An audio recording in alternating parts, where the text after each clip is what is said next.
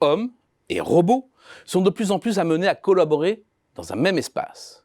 Pourtant, aujourd'hui encore, des millions de robots industriels vissent, soudent, peignent, assemblent et accomplissent de multiples tâches répétitives sur les chaînes de montage.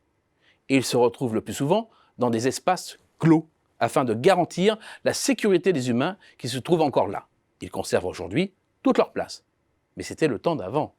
Les avancées technologiques ont permis depuis de franchir une nouvelle étape pour passer à la robotique collaborative, ou cobotique. Le robot sort de sa cage. L'espace devient alors commun entre l'être humain et la machine. C'est une rupture radicale.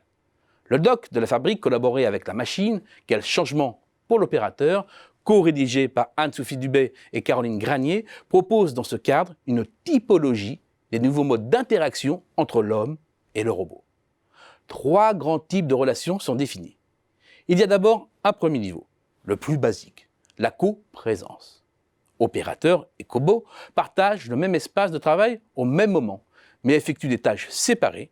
Ils n'ont pas de contact direct ou bien de façon involontaire. Le deuxième cas de figure est la coopération. Le cobot et l'opérateur interviennent alors sur la même tâche, une tâche suffisamment simple pour qu'ils agissent ensemble, mais de manière totalement autonome et sans contact. Dernier niveau, celui de la collaboration. C'est le stade le plus avancé d'interaction. Dans ce cas de figure, la situation de travail est réellement collaborative, ce qui implique une gestion des tâches communes entre robots et travailleurs, donc contact entre l'homme et la machine. La prise de décision, la fréquence des contacts volontaires permettent d'affiner la typologie en distinguant 2 formes de collaboration avancées, 2 types d'assistance. Il y a le cobot-outil. Le robot est dans ce cas de figure commandé par l'homme. Autrement dit, il n'agit jamais seul et c'est toujours l'opérateur qui initie le mouvement. Le robot est un exécutant, n'a aucune autonomie dans la prise de décision. Mais il y a aussi le cobot-collègue qui interagit et ajuste son action de manière dynamique.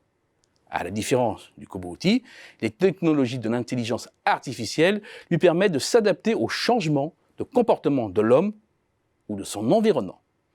À la différence de la robotique traditionnelle, la cobotique fait sortir le robot de sa cage et le place comme travaillant avec et non à la place de l'opérateur. Cette approche permet d'augmenter la productivité tout en préservant l'emploi, en compensant les faiblesses de l'humain et du robot par les atouts de l'autre.